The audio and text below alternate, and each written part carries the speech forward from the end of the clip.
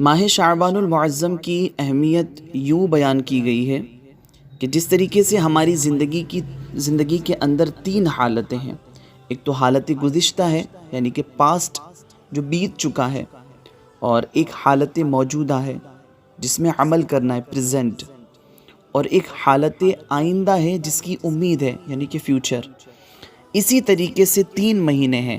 ایک تو رجب جو ابھی گزر چکا ہے، وہ واپس لوٹ کر کے نہیں آئے گا، اور فیوچر جو ہے یعنی کہ رمضان کا انتظار کیا جا رہا ہے. اب ہم نہیں جانتے کہ ہم اسے پانے کے لیے زندہ رہیں گے یا نہیں رہیں گے. ہو سکتا ہے کہ اسی شعبان میں ہی ہمارا انتقال ہو جائے اور ہم رمضان کو نہ پا سکیں. اور شعبان ان 2 مہینوں کے درمیان واسطہ ہے. اس میں اطاعت اور فرما برداری کو ہمیں غنیمت سمجھنا چاہیے کہ ہم اس میں اللہ تبارک و تعالی کو راضی کرنے کے لیے عبادت میں کثرت سے اس میں شوق پیدا کریں ہم اپنا. اسی طریقے سے اس مہینے میں آیت درود نازل ہوئی اور درود پاک کا حکم آیا ہے، تو اس مہینے میں کثرت سے درود شریف بھی ہمیں پڑھنی چاہیے.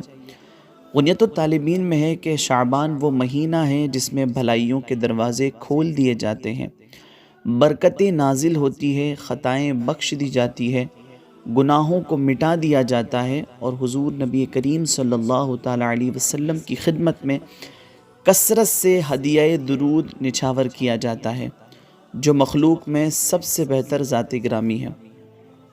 تو نبی کریم صلی اللہ تعالیٰ علیہ وسلم پر درود و سلام پیش کیے جانے کا یہ خصوصی مہینہ ہے. تو ہمیں چاہیے کہ اس ماہ مبارک میں کثرت سے ہم درود شریف کا ورد کریں، نبی کریم صلی اللہ تعالیٰ علیہ وسلم کی بارگاہ میں اسے پیش کریں.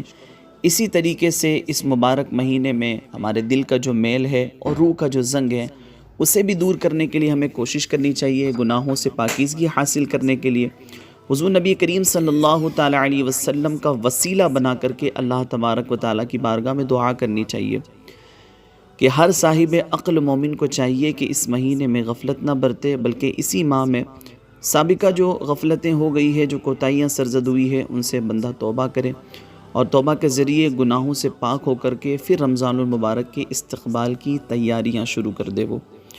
اور اس مبارک مہینے میں اللہ تبارک و تعالیٰ کی بارگاہ میں دعا کریں نبی کریم صلی اللہ تعالیٰ علیہ وسلم کا وسیلہ بنا کر کے، تو انشاءاللہ تعالیٰ بے شمار برکتیں اسے حاصل ہوگی.